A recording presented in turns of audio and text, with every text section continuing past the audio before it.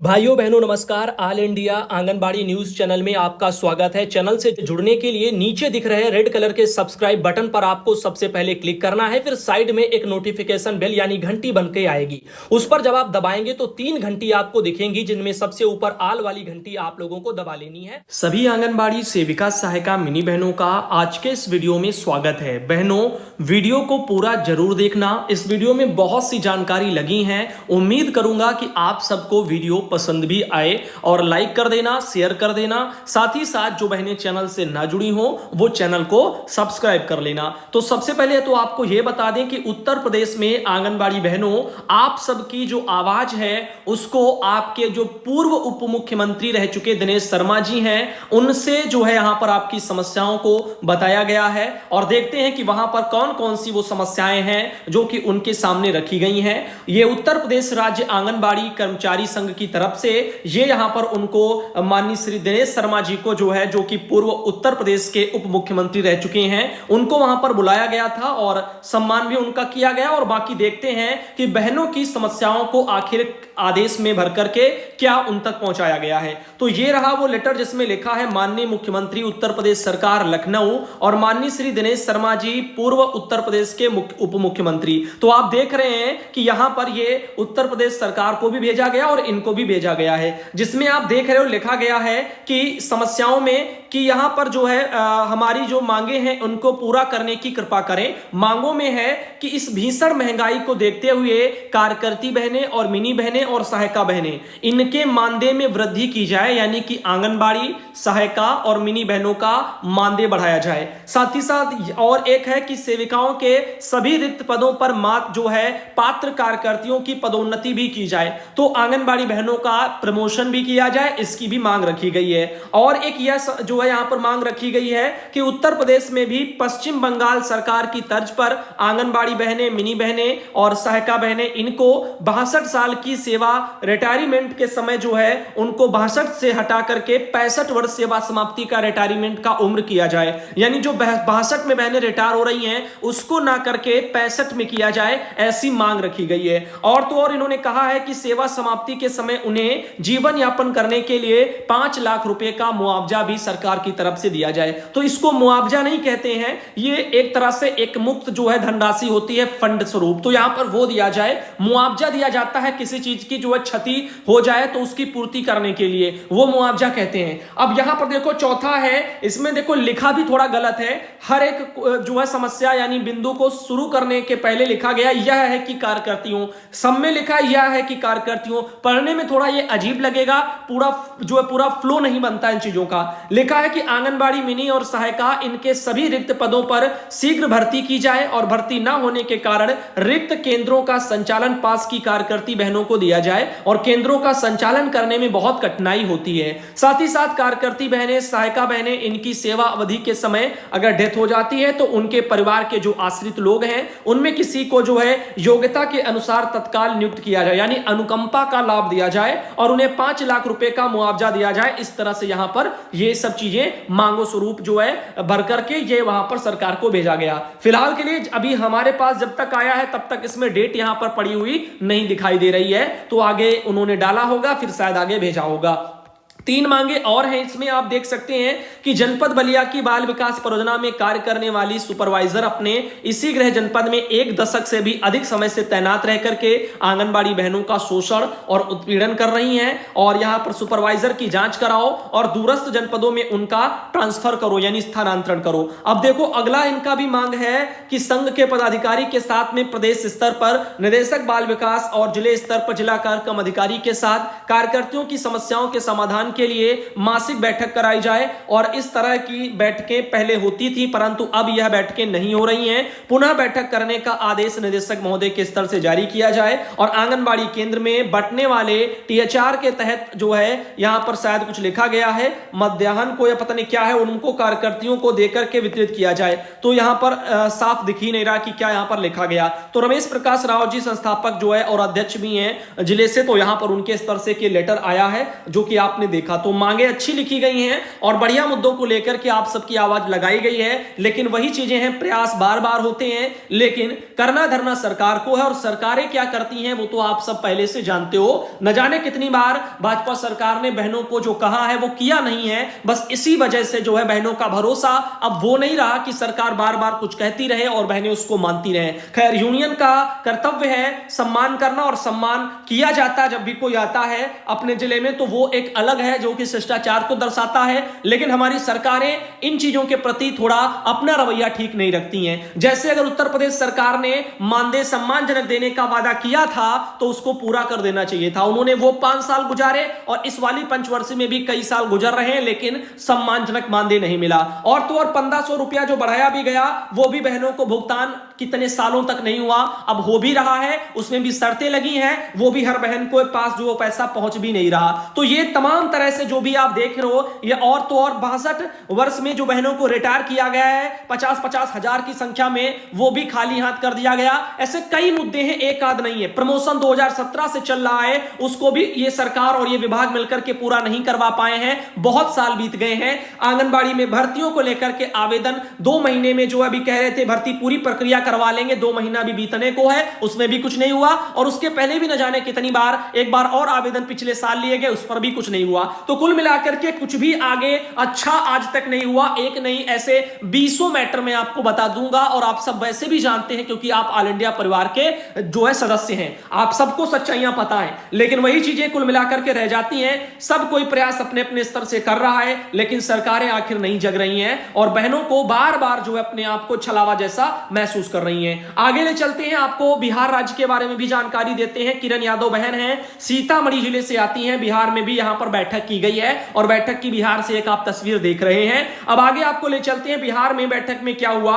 16 तारीख को बिहार राज्य आंगनबाड़ी कर्मचारी यूनियन जिला सीतामढ़ी की कार्यकारिणी की बैठक में जिला अध्यक्ष श्रीमती रेखा कुमारी जी की अध्यक्षता में कराई गई और कुछ बिंदुओं पर चर्चा हुई, जैसे चावल को डोर टू डोर वजन करा करके आंगनबाड़ी केंद्र पहुंचाया जाए, ईंधन की राशि को जिला के सभी परियोजना में एक रूपता लाया जाए और कम से कम जो है 1200 रुपया वो दिया जाए, सभी परियोजना के परिवहन में एक रूपता लाया जाए और आंगनबाड़ी केंद्र पर टेबल, कुर्सी और रजिस्टर, इसके रख रखाव के लिए अलमारी भी उपलब्ध कराई जाए, गर्म पोषाहार मेनू बनाने के लिए बर्तन उपलब्ध भी कराए जाए, इसकी भी मांग है। और सरकारी जमीन की खोज अंचल कार्यालय पदाधिकारी के द्वारा कराया जाए, पुराना वजन मशीन खराब हो गया है, नया वजन मशीन उपलब्ध कराया जाए, लंबित गोद भराई, मोबाइल रिचार्ज का पैसा, अन्नप्राशन का पैसा, मकान का किराया, ये सब भुगतान कराया जाए, मातृवंदना योजना और जन्म मृत्यु प्रोत्साहन राशि उन सबका भी भुगतान हो और पोषण ट्रैकर पर काम के वास्ते सेविका को प्रोत्साहन राशि पर जो है प्रति महीना जो 500 रुपया का भुगतान है वो भी किया जाए। साथ ही मोबाइल खराब हो चुका है, नया मोबाइल उपलब्ध कराया जाए और मोबाइल पर काम नहीं करने पर सेविका के ऊपर जो कार्रवाई ना की जाए जब तक मोबाइल उनको नहीं मिल जाता। सरकारी गैर सरकारी विद्यालय में बगैर सेविका के अनुशंसा के विद्यालय में नामांकन पर रोक लगा दी जाए ताकि आंगनबाड़ी में भी बच्चे आए। और साथ ही साथ 30 अक्टूबर 2022 तक सभी समस्याओं का समाधान नहीं किया गया तो नवंबर में बिहार राज्य आंगनबाड़ी कर्मचारी यूनियन जिला सीतामढ़ी के द्वारा धरना प्रदर्शन जो है किया जाएगा। इस तरह से कि हमारे पास समस्या यानी एक बहनों की समस्या आई है जो कि अगर निराकरण होता है तब तो ठीक, अगर नहीं तो आगे का कार्रवाई होगा। रेखा कुमारी बहन जिला अध्यक्ष है सीतामढ़ी से और राम बुझावन यादव जी जिला संयोजक है सीतामढ़ी से और बिहार राज्य आंगनबाड़ी कर्मचारी यूनियन जिला सीतामढ़ी की तरफ से एक सूचना ऑल इंडिया को किरण यादव बहन के द्वारा भेजी गई है। और आगे ले चलते हैं और भी कुछ जानकारी आपको देते हैं। उत्तर प्रदेश के रामपुर से बाल विकास परियोजना अधिकारी, यहां पर आप देख रहे हो सैदनगर से एक ये कारण बताओ नोटिस जारी किया गया है 17 अक्टूबर को आज के दिन, जो कि श्रीमती रेशमा है, आंगनबाड़ी कार्यकर्ती हैं, ग्राम इनका सिंगनी पड़ता है। इनको बोला गया है कि आप अवगत हैं कि आपकी ड्यूटी निर्वाचन कार्य में बीएलओ के रूप में लगाई गई है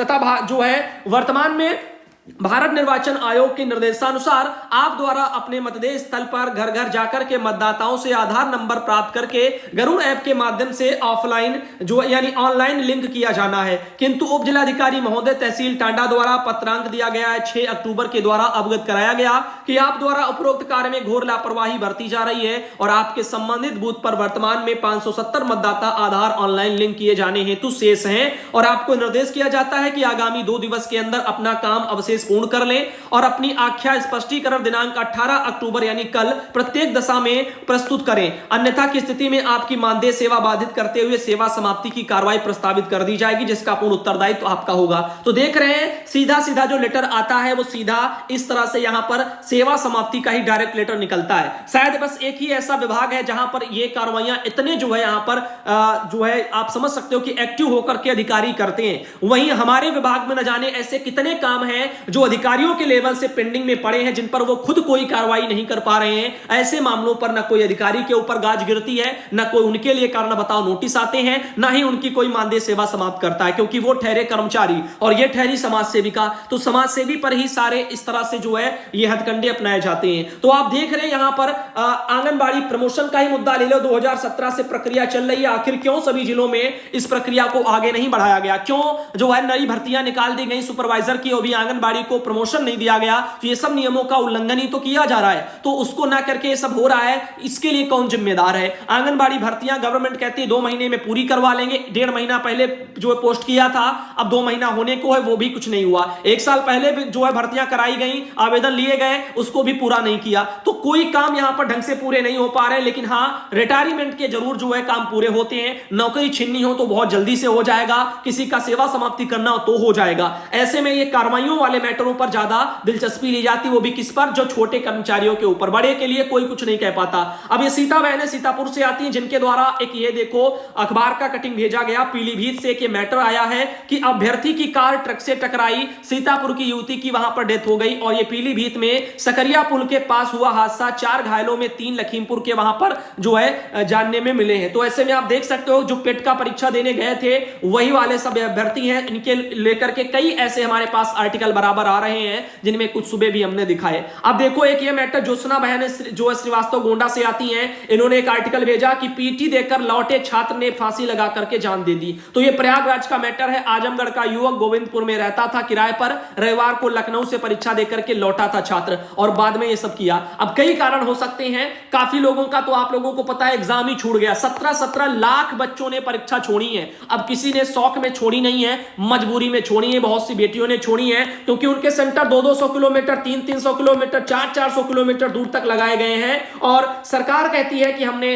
बसों का इंतजाम कराया, लेकिन वो क्या मिला वो आप सबको पता होगा। कितना इंतजाम हुआ? हवाई फायरिंग जो है सरकार हमेशा करती रहती है और वही अब भी कर रही है। अगर इंतजाम होता तो वहां दिखाई देता ट्रेनों में कैसे लटक लटक करके लोग गए हैं, सुबह आपने देखा है। और न जाने कितनी जो है जो लोग वहां पहुंचे होंगे उन्होंने तो वो मंजर अपनी आंखों से देखा होगा। और बाकी वीडियो में तो सब देख ही रहे होंगे, सोशल मीडिया पर सब आ रहे हैं, कोई फेक नहीं है, सब रियल आ रहे हैं। और यही मंजर था। जो गए हैं उनसे पूछ लो, बहुत से लोग हैं जिनका परीक्षा इन सब चीजों के कारण छूट गया। अब देखो यहां पर ये आप देख सकते हैं लिखा है, भैया जी नमस्ते, और इनका ये लखीमपुर खीरी से हैं, आंगनबाड़ी केंद्र फर्स्ट है इनका, और ये कह रहे राशन लेने गए तो उन्होंने गाली दे दिया। इस तरह से ये सब कह रहे हैं। हमने सुपरवाइजर को भी बताया, उनके पास फोन किया, उन्होंने कहा सर राशन नहीं जो दिला पाऊंगी, भैया जी इसका कोई उपाय बताएं। देखो किसी तरह की समस्याएं अगर आपका विभाग नहीं सुलझा पा रहा है, जैसे कि आपकी सुपरवाइजर नहीं सुन रही है, सीडीपीओ नहीं सुन रहे हैं और डीपीओ अगर नहीं आपकी समस्या सुन पा रहे हैं, तो आपके पास ऑप्शन है कि आप डीएम को इस बारे में शिकायत करें, जिलाधिकारी को शिकायत करेंगे, जांच अपने आप होगी और सब मैटर जहां से कमियां होंगी दुरुस्त हो जाएगा।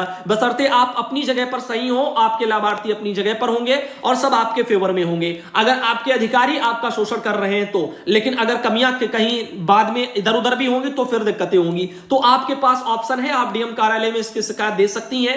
राजमती बहनें सीतापुर से आती हैं, जिन्होंने कहा कि 15 को मेरे पोर्शन ट्रैकर पर कोई काम नहीं हो रहा है, इस तरह से। तो देखो ये समस्याएं आ जाती हैं कभी कभी, तो टेंशन मत लेना। और जिसका भी अगर अकाउंट सक्रिय लिखा हुआ है कि नहीं है, यानी इनएक्टिव हो गया है, तो वो लोग अपने वहां विभाग से संपर्क करें, अपने डीपीओ महोदय या सीडीपीओ महोदय, जिनको भी आता हो उनसे संपर्क कर ले।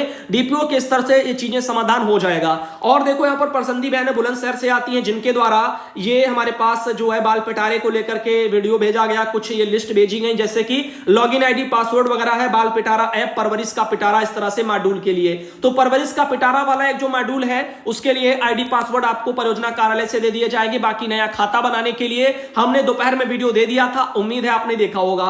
तो ये देखो यहां पर ये धनदेवी बहन है जो कि आती है बदायूं से, जिनके द्वारा भी एक मैटर भेजा गया था। इस तरह से बहनों ने डाउनलोड किया है। और भाई परवरिश का पिटारा डाउनलोड करो, इसमें क्या होता है कैसे होता है, दोपहर का वीडियो आज का देख सकते हैं आप। और वहीं आगे ले चलते हैं और आपको बताते हैं बहन है मधु जो फतेहपुर से आती है। ऐसे एक और बहन है ज्ञानमती साहू जो रायबरेली से आती हैं। एक बहन है ज्ञानमती साहू रायबरेली, इनके द्वारा और भी ये फोटो भेजी गई है। काफी बहनें देखो खर्चा करती हैं पोषण अभियान वाले कामों में। ये सरोज सिंह बहन गाजियाबाद से आती है और ये बहन है प्रतिमा जो कि बिहार से आती है। और इनके अलावा ये बहन है जो कि मुन्नी देवी आजमगढ़ से आती है। और इनके अलावा एक ये बहन है सावित्री पांडे जो गोंडा से आती है। और ये बहन है सुशीला देवी जो कि प्रतापगढ़ से आती है। ऐसे ही बहन है मधु जो कि फतेहपुर से आती है। और आप देख सकते हो इनके पास कितने बच्चे हैं जो वहां पर पढ़ने के लिए आते हैं। और तो और यहां पर ये देखो मुन्नी बहन है शाहजहांपुर से आती है। और इनके अलावा एक ये बहन है अनिसा खातून जो कि जालौन से आती हैं। और एक ये बहन है जिनका नाम है सुजाता जो कि संभल से आती है, उनके वहां पर भी बच्चे हैं। और ये है तनवीर जहां जो कि आजमगढ़ से आती हैं। तो आज का जो वीडियो है शाम का उसको हम यहीं रखते हैं और अगले सुबह के वीडियो में आप सब भाई बहनों को मिलते हैं। अभी के लिए दोस्तों धन्यवाद।